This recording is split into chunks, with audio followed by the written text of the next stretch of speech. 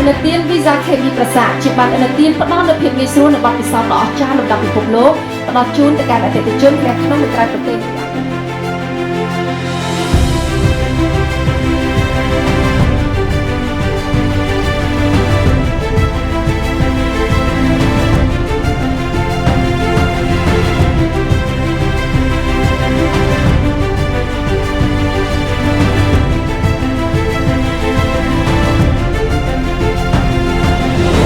សង្គមមកកាន់កម្មវិធីសម្ពុតជាផ្លូវការបានឥណទាន Visa KB ប្រាសាទ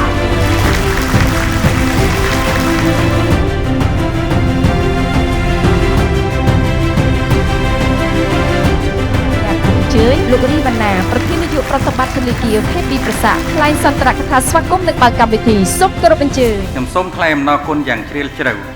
ចំពោះវត្តមានតដងឧត្តមរបស់លោកស្រីនាងកញ្ញាដែលបានចូលរួមអបអរសាទរនៅសមិទ្ធផលថ្មីរបស់ធនាគារ KB ប្រាសាទនោះគឺការដាក់សម្ពោធឲ្យដំណើរការជាផ្លូវការប័ណ្ណឥណទាន Visa KB ប្រាសាទ